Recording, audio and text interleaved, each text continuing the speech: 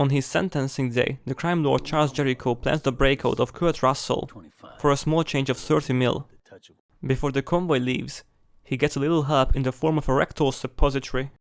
Don't look at me like that, he was always a weirdo. On the other side of the law, it is our protagonist, John Tanner, and his partner, Tobias Jones. They are cruising not too far from the transport, because Tanner has a feeling that Jericho is planning to escape. And we can see that he was right. Surprise, surprise. So this lovely lady hijacks the news heli and kills the cameraman just to show how evil she is.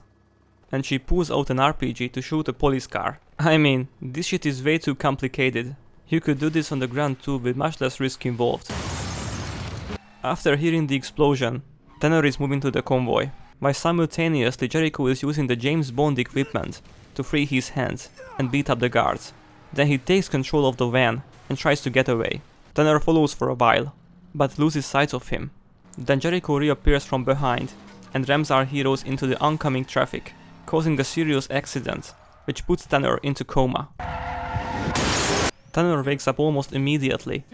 From now everything that happens is inside his head. The events happening in the coma world are influenced by his subconscious, as he keeps hearing the TV broadcast on his hospital bed. The game is giving him hints every now and then, but everything is just a little bit off. Nothing too suspicious. All of a sudden Tanner gets his shift ability, allowing him to switch to any of the driving characters in the city. We must help the ordinary people to keep the main story going forward. Some of these missions are pretty funny though. Whatever you did, just do it again, Jun, because if we screw this up, we lose the car. Cause I also bet the car. You idiot!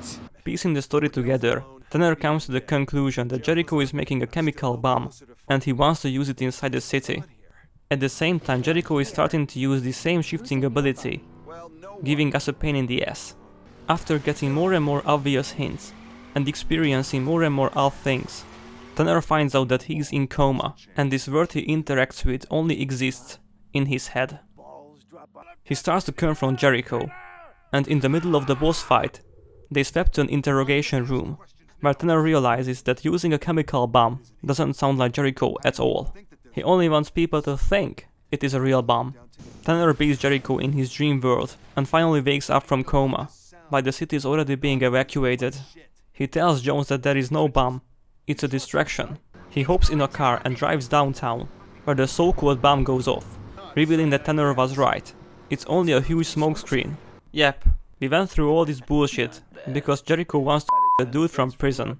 I have nothing to add. But here comes Tanner, starting to pursue Jericho one last time. We end up in a warehouse for the final showdown, but before colliding, Jones shows up and stops Jericho. Could have been a bit longer, but this game was good.